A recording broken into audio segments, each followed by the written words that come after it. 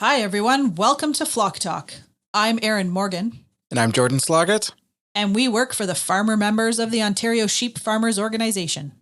This week we are discussing agriculture and food education in Ontario classrooms with Mira Lyonblum from AgScape. Welcome, Mira. Thank you for joining us on Flock Talk. Thanks so much for having me. So, Mira, before we jump into the questions, can you tell us a little bit about yourself and how you came to be the executive director of AgScape? Absolutely.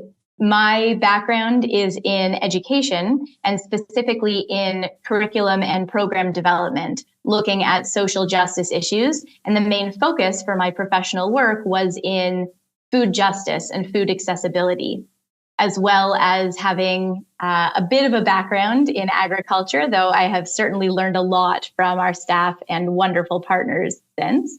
And through a series of steps, I am very proud to now be working at AgScape. That's amazing. So our farmers listening who don't know, what is AgScape? What's your mission? What do you guys do? Oh, absolutely. I love talking about this. It's one of my favorite topics. AgScape is a charitable organization that is leading the movement to bring agriculture and food education into all Ontario classrooms and beyond.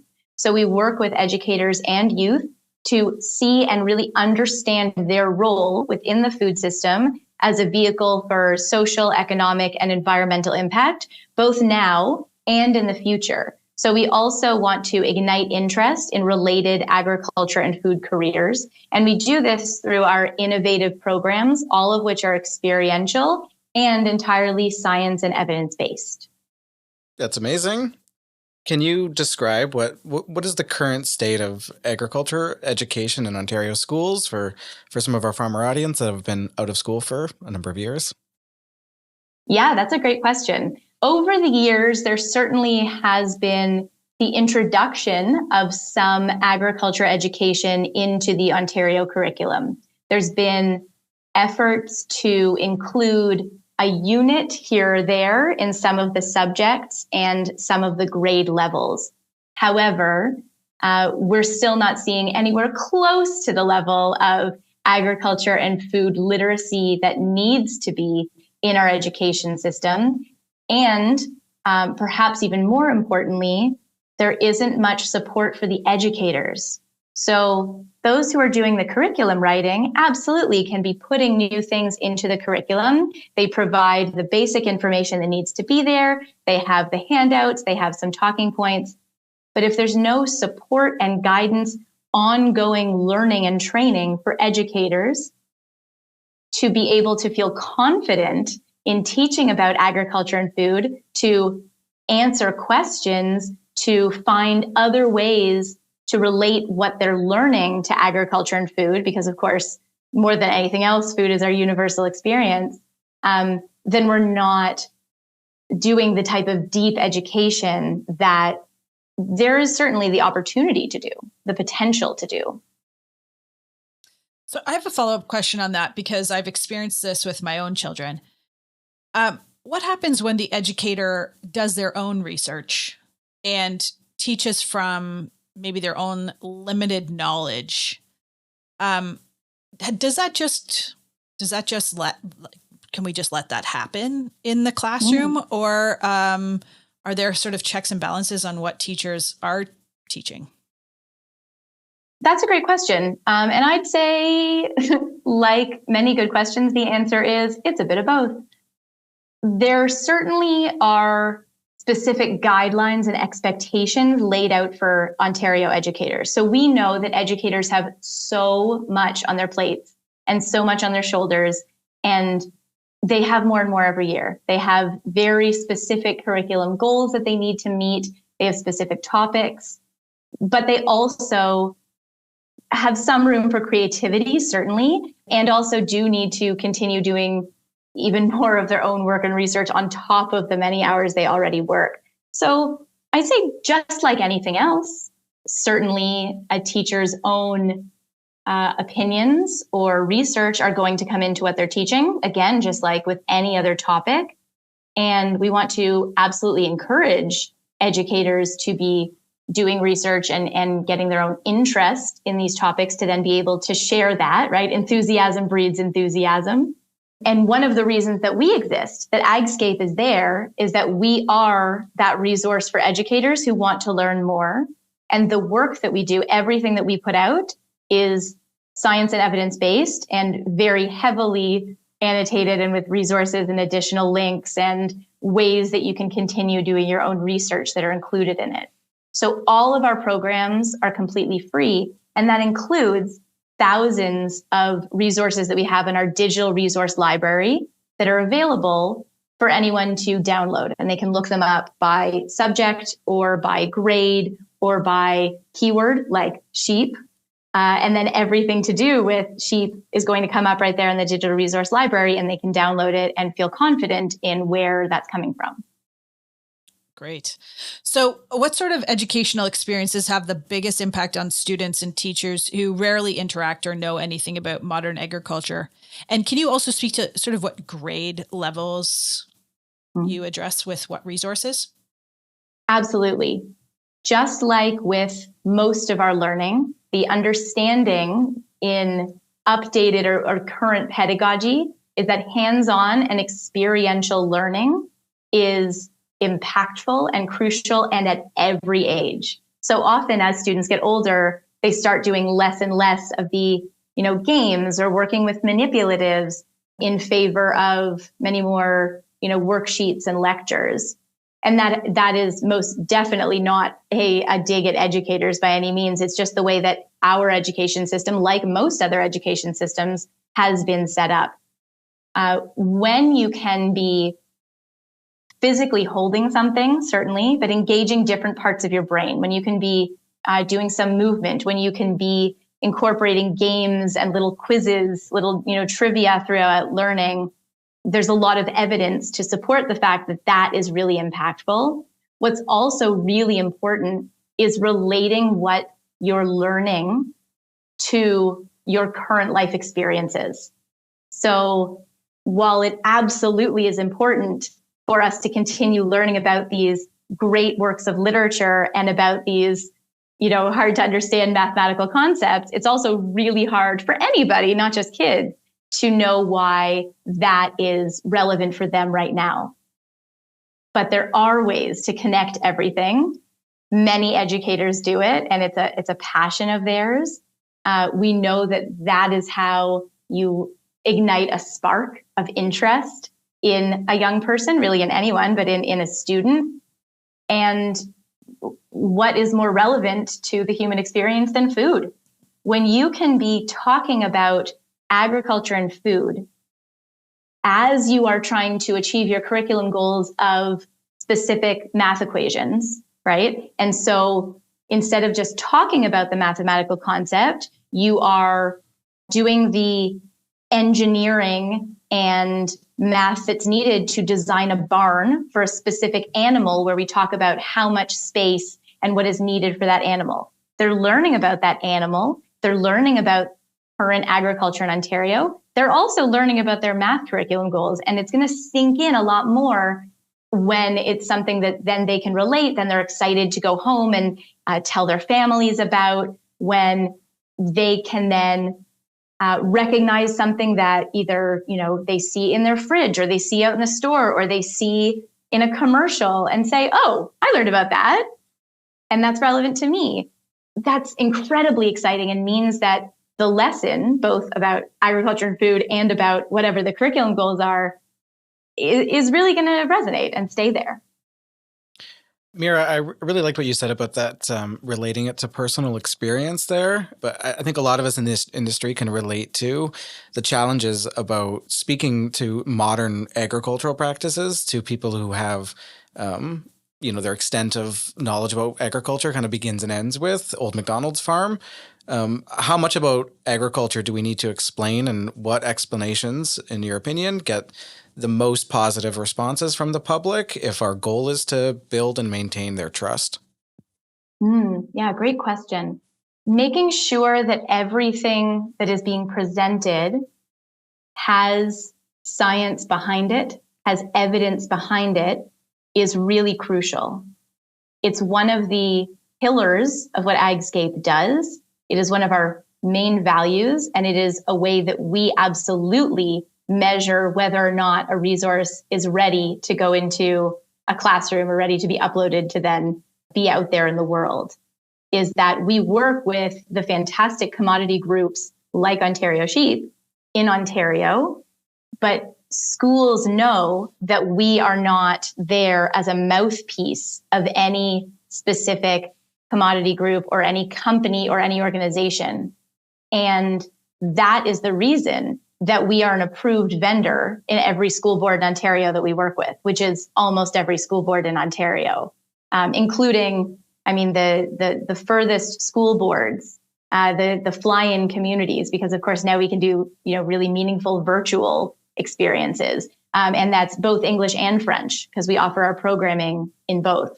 So when an educator feels confident that they're not being sold something and that a specific viewpoint is not being pushed at them, that's when they trust the resource. And students trust their teachers. They're the ones who are sharing this knowledge. And so that is incredibly important.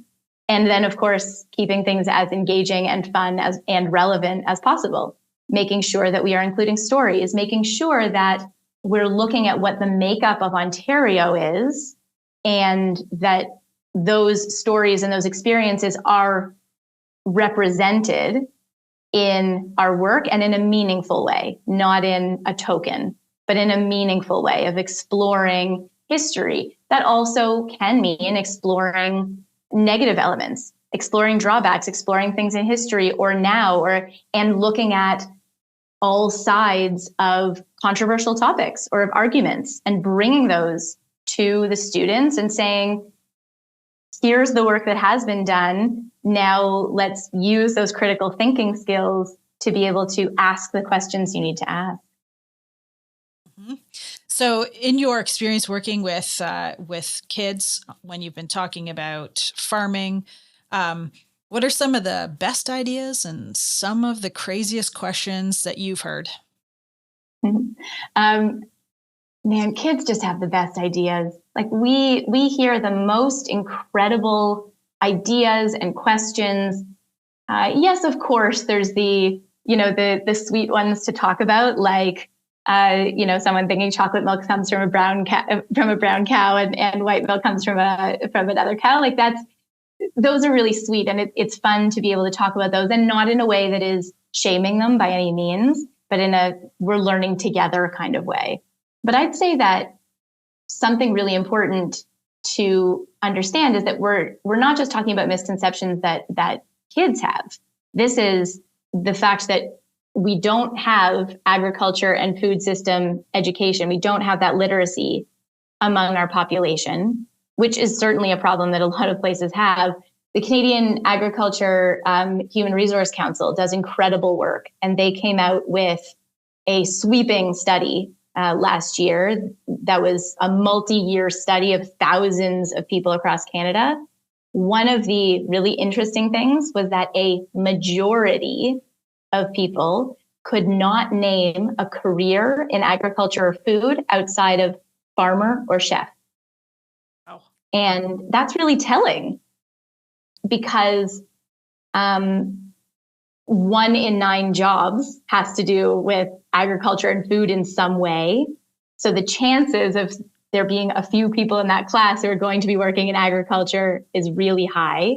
And also the labor gap right now in agriculture is reaching a crisis level and is only growing. And so the work that we're doing is so important to spark the interest in students to then say, we're not telling you that if you want to be involved in agriculture and food, go be a farmer or go be a chef.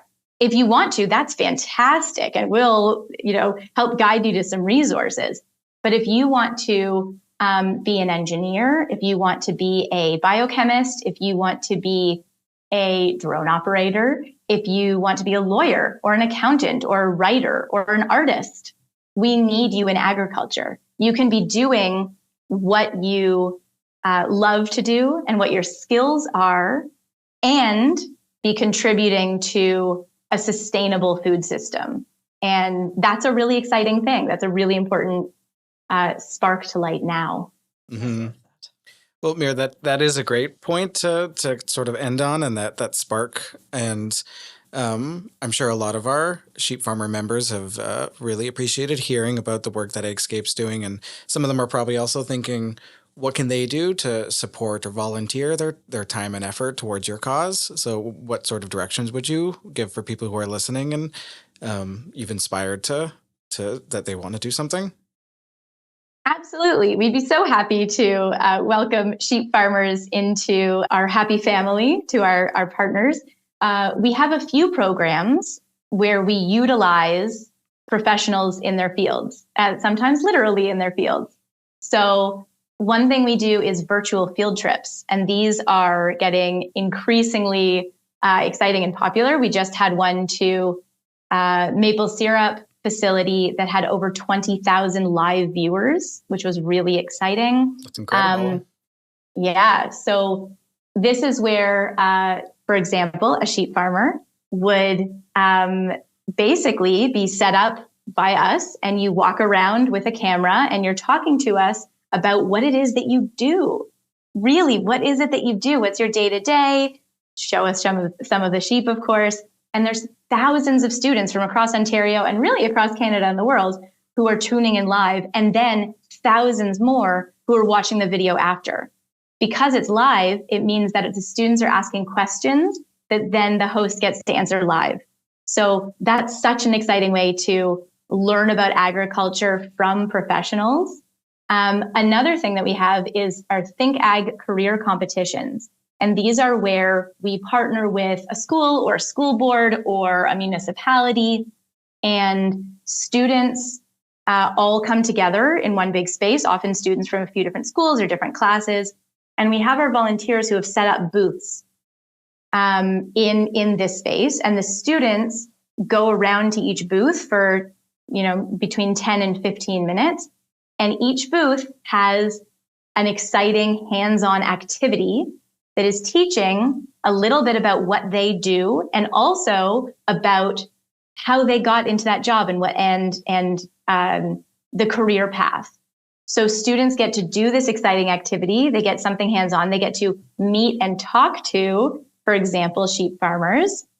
And then there's a small competition element, because the students get points based on their engagement, and then the winning group will get something fun at the end.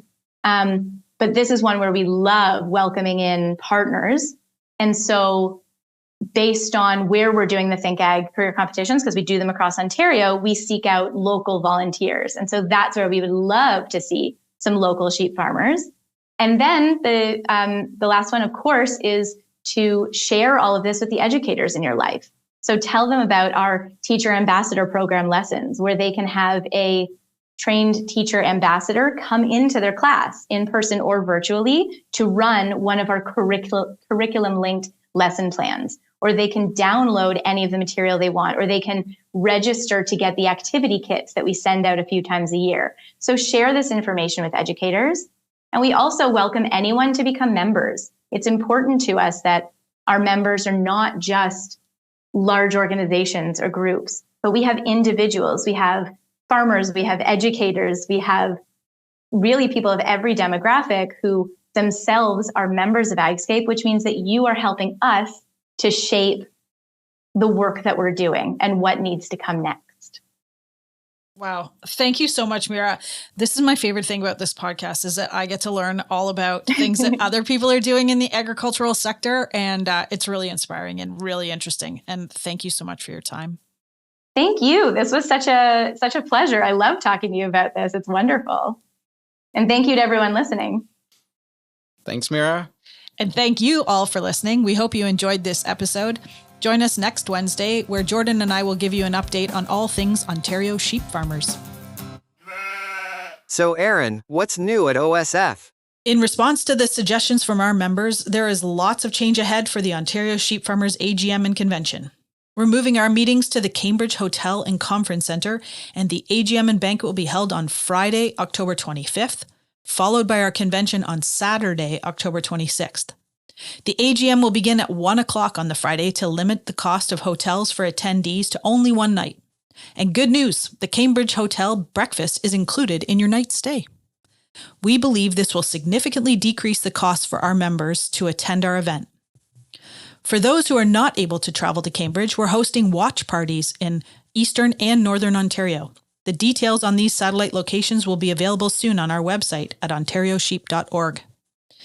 We are also working on a great program that will include a panel of farmers and experts to talk about breeding decisions to improve your return on investment. And speaking of ROI, this will be the theme of the day, from genetic selection and evaluation of lambs for market readiness to managing feed costs and improving efficiencies in the barn. It's going to be a great 2 days, and we hope to see you all there. If you enjoyed our podcast, please subscribe through your podcast app to receive alerts to future episodes, and please also consider sharing this podcast with your friends.